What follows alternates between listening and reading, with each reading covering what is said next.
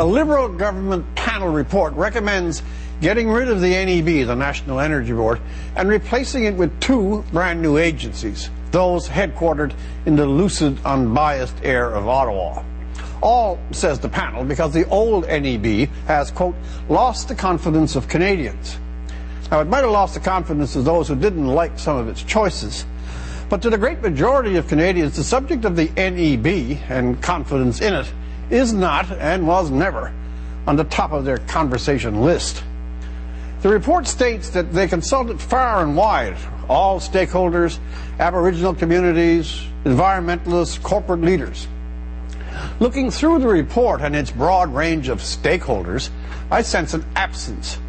It is an omission that occurs every time the issues of oil or pipelines are discussed. Namely, where are the voices of the workers? The everyday Canadians who actually work the fields, operate the machines, design the technology, and find a living for their families. In other words, those affected most significantly when a project is approved or denied. Was there any funding available for the many currently unemployed to make presentations? A year after the Fort McMurray inferno, surely something more than a passing reference is owed to tens of thousands displaced by both the fire and the massive downturn in the oil economy. Were there hearings at Ground Central, Fort McMurray itself? I see that there were not.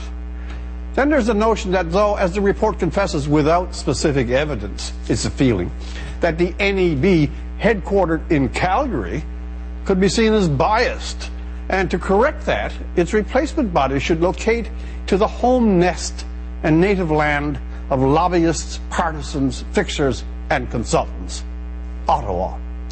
In other words, take the function of overseeing oil and gas out of the province with the most experience, the greatest immediate investment, and the most knowledgeable people on the subject, that would be Alberta, and bring it to another province whose experience on energy policy has become a parable of political incompetence, that would be Ontario, is not, on the face of it, the evidence-based thing to do.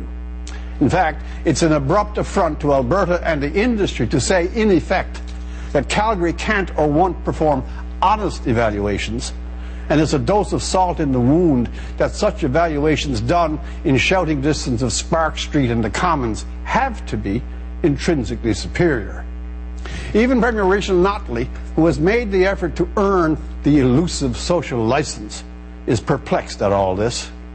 This is political dynamite, physically displacing Alberta from the decisions on its economy and giving priority emphasis to longer processes and ever more interventions is not the win the Notley government has so valiantly striven to achieve. This new regulatory regime will be more complicated, slower, and carries the danger of reigniting tensions east and west that have been dormant for 2 decades. Now, if that is restoring faith in the regulatory process, it is a most original path to that end. For The National, I'm Rex Murphy.